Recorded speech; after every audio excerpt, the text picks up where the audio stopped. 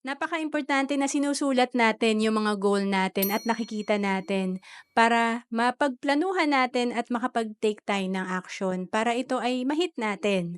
Halimbawa, kung isulat natin yung mga goal natin, halimbawa yung retirement fund natin, lahat tayo magre-retire.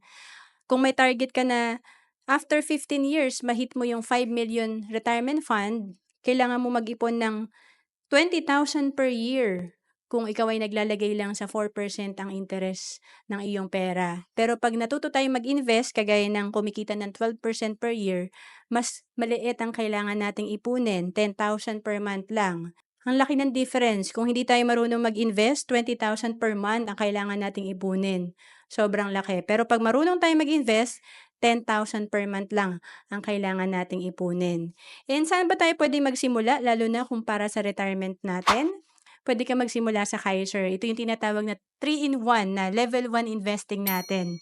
Ito yung tatlo na yung meron ka. Meron kang investment, healthcare na magagamit mo sa iyong pag-retire, long-term healthcare, and of course, life insurance or protection. To know more about Kaiser, message mo ako sa FB, Roan Celis Capistrano.